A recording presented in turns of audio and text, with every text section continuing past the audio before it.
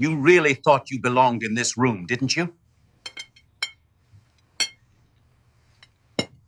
The words slid off his tongue in Arabic, smooth, cruel, certain she wouldn't understand. Around them, crystal glasses chimed softly under the chandelier light of Aurelia Room, the kind of Michelin-starred restaurant where billionaires spoke softly and waiters disappeared into the wallpaper. Sophia felt every syllable land on her skin. She set the wine bottle down, fingers steady, and raised her eyes to the man who had just condemned her. Adrian Novak, billionaire, tech empire, tailored suit that fit like entitlement. She smiled, a small, almost apologetic smile. Then, in flawless Arabic, she answered, "What doesn't belong here, sir, is your lack of respect. And just so our guest is clear, this is what you really said." She turned to the Saudi businessman sitting beside him and translated Adrian's insult word for word. Every cutting nuance, every implication that she was just a black girl carrying plates. The table went silent. The Saudi guest's eyebrows rose, Adrian's jaw locked. For the first time in years, he had miscalculated. Sophia's heart hammered in her chest, but her voice didn't tremble. In that moment, under the golden light of Aurelia Room, a black waitress that no one ever really saw became the most dangerous person in the room. To understand how a woman like that ended up here, with a billionaire's career in the palm of her hand, we have to rewind just a little. Long before she humiliated a billionaire in his own favorite restaurant, Sofia Alvarado had mastered the art of disappearing. By day, she wore the uniform of Aurelia Room: white shirt, black vest, long apron, polished shoes that pinched her toes. Her dark brown skin seemed to absorb the warm light of the chandeliers. Her tight curls were pinned back in a low bun, neat, efficient, invisible. Guests glanced past her like she was part of the decor. They never imagined that, beneath the pressed uniform and the quiet, "Yes, sir, of course, ma'am," lived a woman who could argue foreign policy in 5 languages. At 26, Sophia held a master's degree in Middle Eastern studies. She could switch from English to Spanish without thinking, slip into French like a second skin, navigate Farsi, and speak Arabic with the depth of someone who understood not just vocabulary, but history, power, and pain behind each word. Her dream used to be simple once: work for an international organization, bridge cultures, negotiate peace, use language the way other people used weapons. Then her father's lungs started failing. The medical bills came first, then the student loan statements, then the rent hike. Sophia's scholarship had taken care of tuition. Life took care of the rest. One night she sat at the dining table of their small apartment in the Bronx, a single weak bulb above, her father asleep in the other room, oxygen machine whispering steadily. She made a choice. She closed the laptop tab on an unpaid internship at the UN, opened a job posting for waitstaff at Aurelia Room instead. The world lost a diplomat that night. Aurelia Room gained another pair of hands.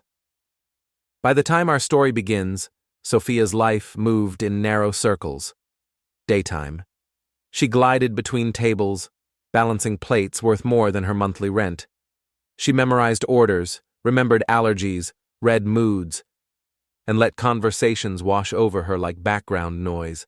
Nighttime. She became herself again. Laptop open on the small kitchen table, Word documents full of translated NGO reports, medical forms, asylum applications.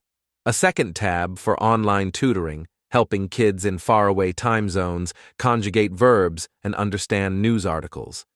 Her body belonged to the restaurant. Her mind refused to be owned. Her mother used to tell her, "You were born with a listening heart, Sophie. That's your gift." She hadn't known that gift would one day put her in the crosshairs of powerful men. For now, Sophia knew only this. In Aurelia Room, she was invisible. And that invisibility was the one thing that let her hear everything. The night that changed everything began like any other Thursday. Skyline outside, Manhattan glittering like 1,000 tiny promises. Inside Aurelia Room, Hushed laughter, clink of cutlery, the low murmur of money moving. "Table 12, VIP," whispered Marcus, the floor manager, adjusting his tie. "Don't screw this up. And Alvarado, smile more." Sophia nodded. She always nodded. Table 12 sat in the Aurelia room's inner circle, a private alcove with velvet curtains and views of the city. Seated there, a Saudi businessman in a dark thobe and gold cufflinks, two advisors in tailored suits, and across from them, Adrian Novak. Sophia had seen his face before, on magazine covers, on financial news, on advertisements for charity galas she would never attend. Self-made billionaire, tech disruptor, ruthless negotiator.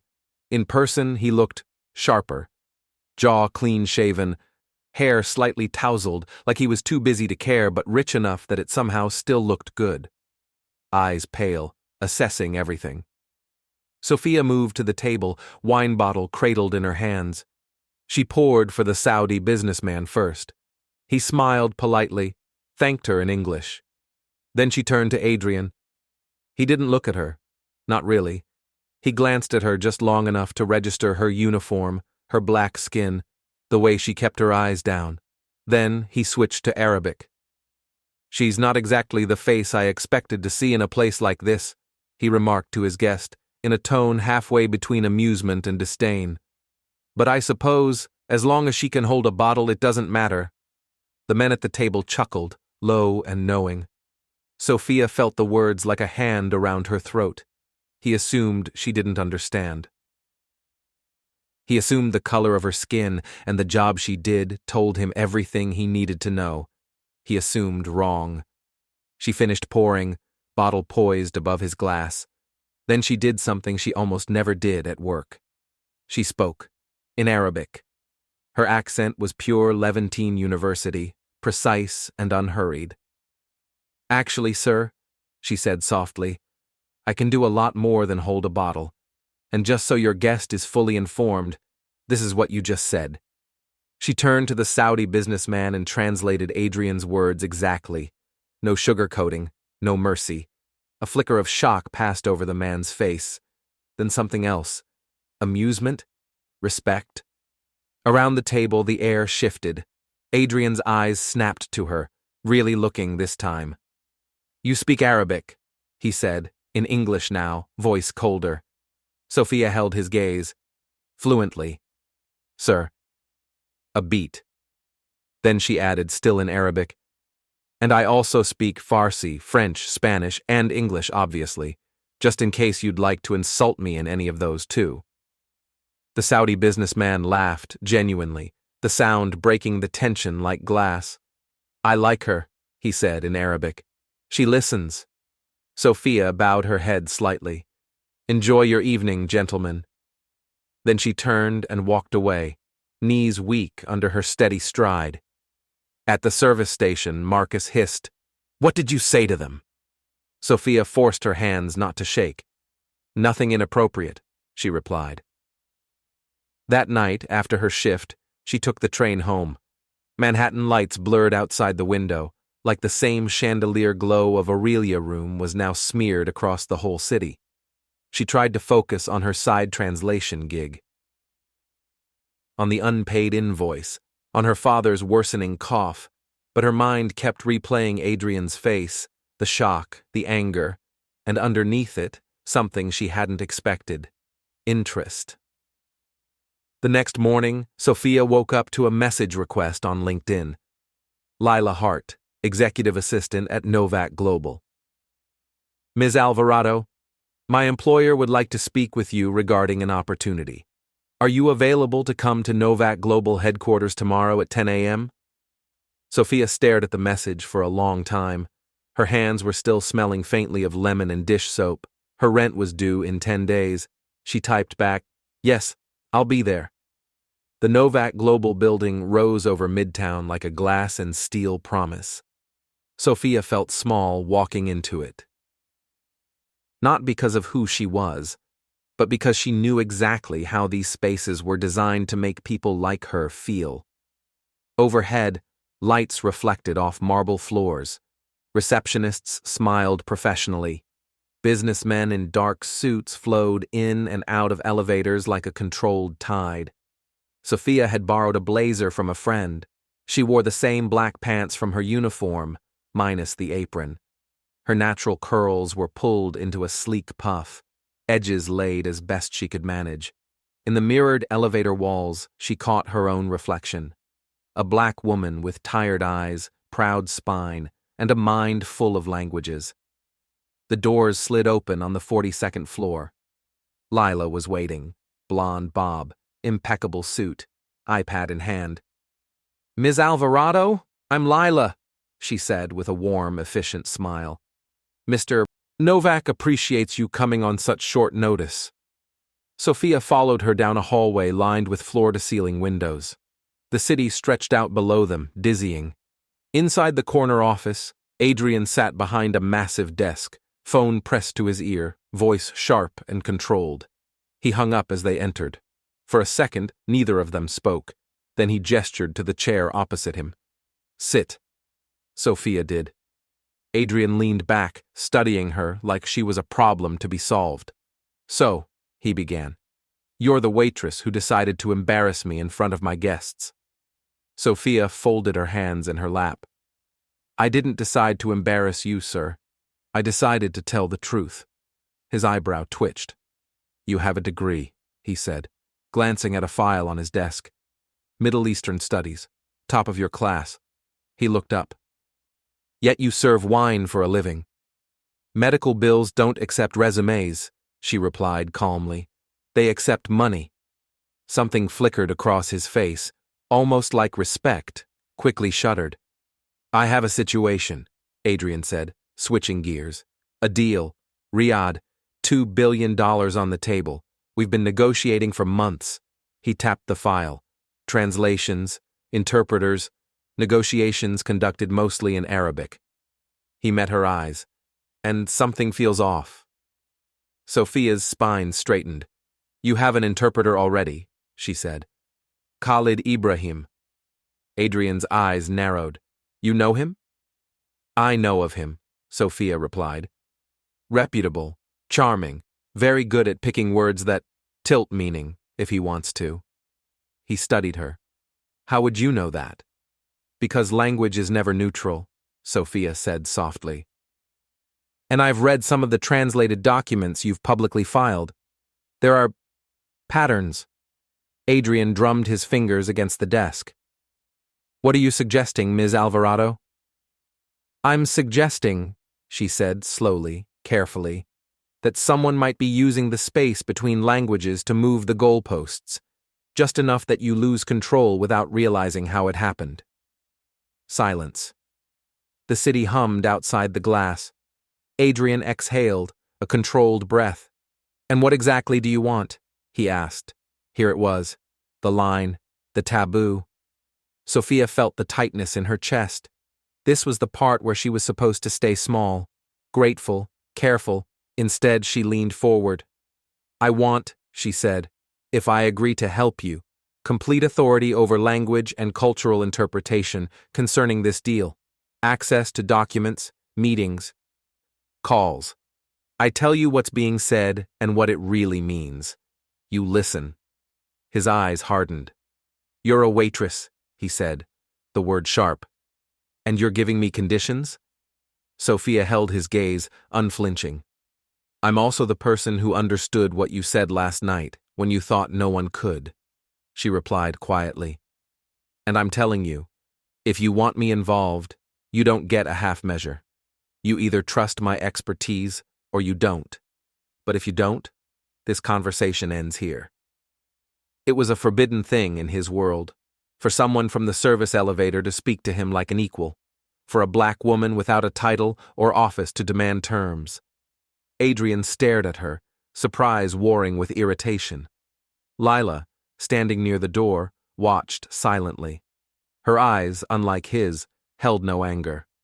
Finally, Adrian spoke. "Fine," he said. "You're on the Riyadh team. Temporary. You report directly to me."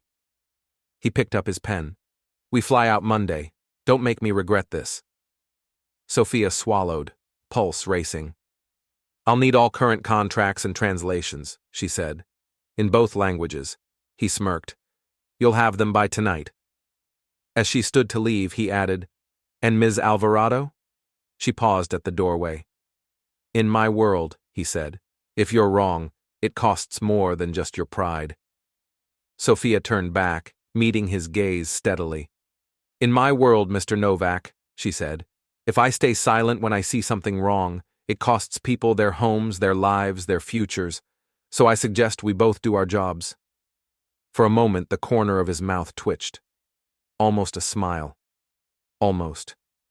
"Monday," he repeated. Outside, the city light hit her face as she stepped back onto the sidewalk. 3 days ago, she was just the black waitress who refilled their glasses. Now, she was stepping into a world where a mistranslated word could cost billions. Sophia took a deep breath. Then she went home and opened her laptop. She had work to do. The flight to Riyadh was 12 hours of recycled air and restless thoughts. Adrian sat up in business class, working through slides and numbers. Sophia sat beside him, surrounded by printed contracts, translation drafts, and a laptop full of notes. She had spent the weekend immersed in Novak Global's deal. Proposed revenue splits. Clauses about tech transfer, data ownership, jurisdiction. English contracts mirrored in Arabic, and not always perfectly. On the surface, everything aligned. But language, Sophia knew, wasn't just about what was written. It was about how. She started noticing the same pattern. Tiny shifts of tense. Words that could be interpreted one way in English and more broadly in Arabic. Ambiguous phrasing that, if pushed, would favor one side, and not Adrian's. Every time she circled a phrase, the name Khalid sat in the margin. In Riyadh, the sun felt heavier. The air outside the airport wrapped around them like a hot blanket, sand-smelling, bright, relentless. A black car waited for them. City streets passed in streaks of beige and glass. At the hotel, Sophia saw him for the first time, Khalid Ibrahim, tall, impeccably dressed, handsome in a polished way, smile like a polished blade. "Mr. Novak," he said warmly, clasping Adrian's hand. "Always a pleasure." Then his eyes slid to Sophia. "And you must be—" "Sophia Alvarado," she replied, "linguistic and cultural advisor." His smile flickered, almost imperceptibly. "Ah," he said, "we're collecting languages now, are we?" Adrian ignored the jab. "She'll sit in on all sessions," he said, "as an observer." Sophia said nothing. She didn't need to. She had learned long ago that the most dangerous person in the room was the one who could stay quiet and still hear everything. The next few days blurred into a series of meetings, negotiations, and subtle games. The Saudi delegation, led by Sheikh Rashid al-Maliki, hosted them in sunlit conference rooms with carved wood panels and silver coffee pots. Rashid was older, his beard streaked with gray, his eyes sharp. He spoke English well, but preferred to negotiate in Arabic, his mother tongue, his battlefield. Khalid stood beside him, Adrian on the other side. Sophia sat at the edge of the table, notebook open. The dance of language began. Khalid translated Rashid's words into English with smooth precision. But Sophia heard the gaps. Sometimes he softened a condition into a suggestion. Other times he turned temporary rights into ongoing privileges. He compressed, expanded, twisted, just enough. On the second day, during a coffee break, she pulled Adrian aside. In a quiet corner near the window overlooking the city, she said, "He's shifting things." Adrian frowned. "How?" Sophia opened her notebook, pointing to a phrase she had written in Arabic. "He keeps using intifa mustamira when Rashid says intifa muakkata," she explained. "One means continuous benefit. The other means temporary use. That's not a small difference." Adrian's jaw tightened. "You're sure?" he asked. She met his eyes. "This is what I do, Mr. Novak," she said softly. "He is slowly, carefully moving you into a position where they can claim more control over your technology than you realize." He looked back toward the conference room. "So, what do you suggest?" he asked. Sophia exhaled. "For now, let him talk. Let him think you haven't noticed. Meanwhile, we document everything." She tapped her notes. "When the moment is right, we don't accuse him. We simply let the truth speak." He studied her for a long moment. Then he nodded. "Do it," he said. That night, in her hotel room, Sophia sat on the bed with her laptop open, a soft pool of yellow lamplight around her. She replayed meeting recordings, cross-referenced every line with the official documents. The pattern became impossible to ignore. Revenue shares tilted. Data rights expanded. Control mechanisms softened on Adrian's side and hardened on Rashid's. If this deal went through as Khalid was steering it, Novak Global would be ceding far more than Adrian understood. She could feel the weight of it pressing against her ribs, not just money. Control, sovereignty, futures. She thought of her father, hooked up to machines, of families signing forms in languages they didn't understand, of all the times in history when people had lost everything not because of bullets, but because of words they couldn't read. Sophia closed her eyes. In the dark behind them, a clear choice stood: remain silent and stay safe. Or speak and risk everything. The final negotiation was held in a high-ceilinged conference room on the top floor of Rashid's office building. Outside, Riyadh shimmered in the heat. Inside, the air conditioning hummed quietly. On the table between them lay the final version of the contract, printed and bound. Adrian on one side, Rashid on the other. Khalid stood poised near Rashid's chair, ready to translate. Sophia sat at the back of the room, her notebook a familiar weight in her hands. "Shall we begin?" Rashid said in Arabic, voice steady. Khalid translated into English. They moved through the preamble first: formalities, names, titles. Then they reached Section 7, the heart of the deal: data rights, tech usage, profit distribution. Sophia felt her heartbeat in her ears. Rashid spoke, outlining the clause. Khalid translated. "They are pleased to grant Novak Global ongoing rights to operate within their jurisdiction, in exchange for providing continuous access to the core technology," he said smoothly. Sophia's head snapped up. That wasn't what Rashid had said. Rashid's version, in Arabic, had described temporary licensing, not continuous access. This was the moment, the line, the point of no return. She could stay silent, let billions change hands under false pretenses. Or she could speak. Her fingers tightened around her pen. Her throat felt dry. Sophia stood. The room stilled. Adrian turned, surprise flickering in his eyes. Khalid's gaze sharpened. Rashid watched, curious. Sophia stepped closer to the table. "Your Excellency," she said in Arabic, voice respectful but firm. "Forgive the interruption." Rashid tilted his head. "Yes, daughter." Sophia took a breath. "When you spoke of this clause," she said carefully, "you used the words intifa mu'akkata, temporary use, but it was just translated as continuous access. The meaning is very different." A beat of silence. She continued, switching now between Arabic and English, addressing both sides. In Arabic, the phrasing you used implies that Mr. Novak's company would license certain aspects of the technology with clear time limits and boundaries, she explained. But in English, the translation that was just given suggests something much broader, something that could be interpreted as granting your side continuous, unrestricted access to the core technology itself. Her voice didn't shake. "This is not a small shift," she said quietly. "It changes the balance of power in this agreement." Adrian's eyes hardened as he turned to Khalid. "Is that true?" he asked, voice low. Color drained slightly from Khalid's face. There are always nuances, he began. It's not that simple. Sophia interrupted, her tone still respectful, but unyielding. May I, sir? She asked, looking at Rashid. At his nod, she opened her notebook and read back his exact Arabic phrasing from earlier sessions. Rashid listened. His eyes moved from Sophia to Khalid. Is this how you have been translating my words? Rashid asked his interpreter, his voice now edged with steel. Khalid swallowed.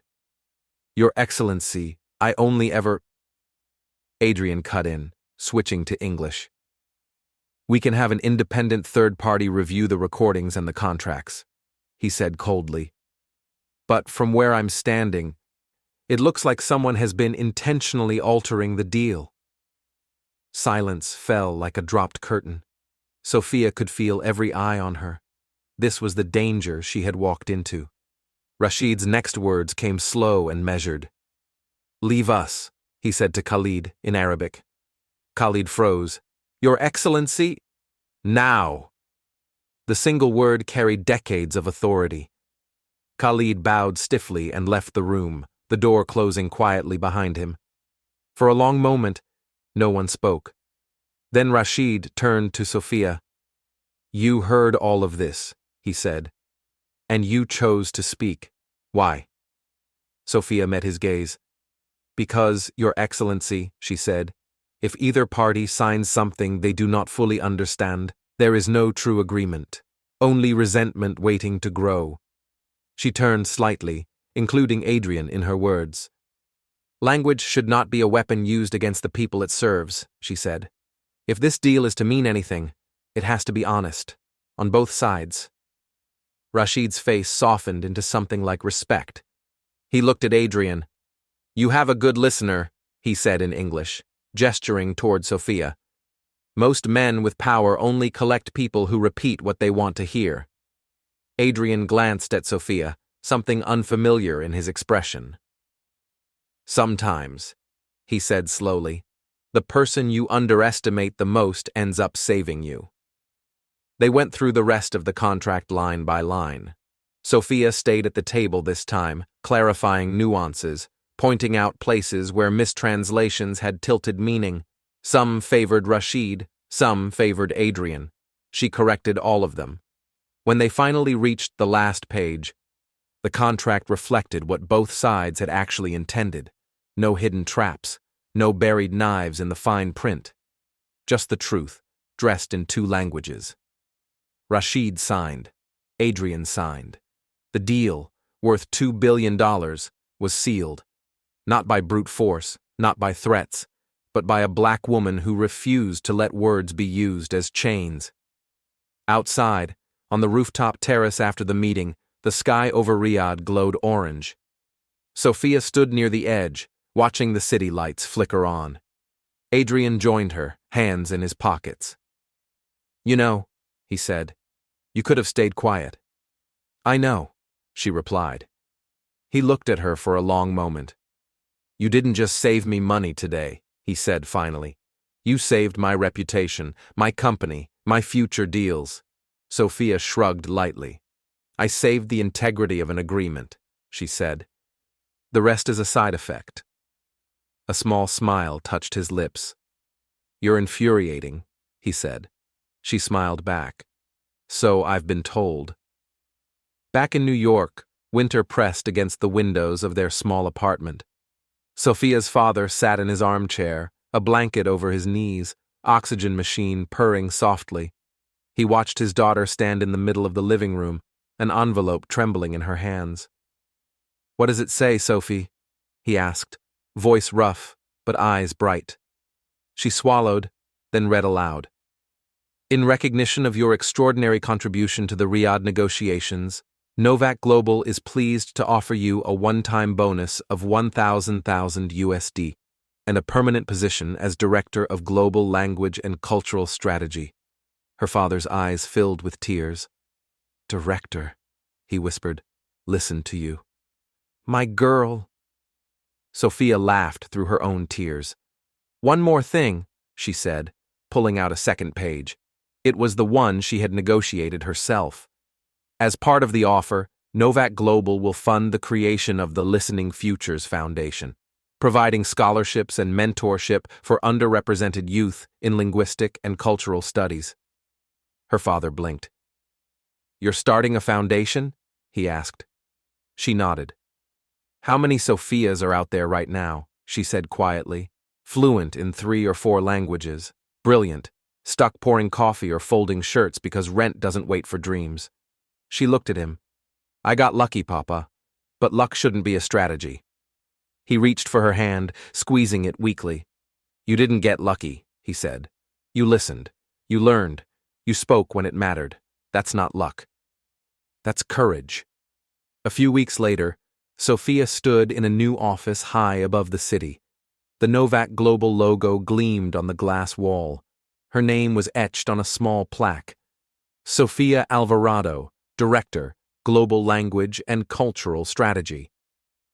She spent her days reviewing contracts before they left the legal department, training executives on how words could heal or hurt in different cultures, building a small team of linguists who used language as a shield, not a weapon. At night, she worked on the Listening Futures Foundation, application forms translated into multiple languages, mentorship programs pairing kids from neighborhoods like hers with professionals around the world, scholarships so a black girl fluent in Arabic from the South Side, or an Afro-Latino boy who loved French poetry in the Bronx, could stay in school instead of dropping out to cover bills. Every time she approved a scholarship, she saw a version of herself. Invisible, overqualified, underestimated, not anymore. One evening, as the sun sank behind the Manhattan skyline, Adrian knocked on her open office door. "You're still here," he observed. Sophia looked up from the stack of applications. "Just finishing," she said. "The first round of scholarship selections goes out tomorrow." He stepped inside, glancing at the forms. "You know," Adrian said thoughtfully, "when I first saw you at Aurelia Room, I thought you were—" "Invisible," she supplied. "Replaceable," he corrected quietly, "like everyone else serving our table." He met her eyes. "I was wrong," he said simply. Sophia held his gaze, then nodded. "Good thing," she said lightly, "because it would have been a very expensive mistake." He chuckled. "One more thing," he added, turning to leave. "When we negotiate in Dubai next month, I want you at the table from the start, not at the back." She arched an eyebrow. "Are you finally learning the value of a good listener, Mr. Novak?" He paused at the doorway. "I'm learning," he said, "that power belongs to the person who understands what's really being said. And you, Ms. Alvarado, you hear everything." When he was gone, Sophia turned back to the window. The city glowed below, like Aurelia Room's chandeliers, like Riyadh's skyline, like 1,000 conversations waiting to be heard in 1,000 languages. She thought of that first night, wine bottle in hand, being dismissed in a language he thought she couldn't understand, of the choice to answer, of all the choices that had followed. She exhaled slowly, a quiet smile on her lips. "Knowledge is power," she murmured. "Courage is proof. Integrity is victory." Outside, the lights flickered on, one by one, and for the first time in a long time, Sophia didn't feel invisible at all. If this story reminded you of a time you were underestimated, or of a talent you're still hiding because life got in the way, you can leave a few words for Sophia in your mind, or in the comments if you're listening to this on a channel. Somewhere out there, there's another black girl, another invisible genius waiting for someone to hear her. And maybe after this, that someone will be you.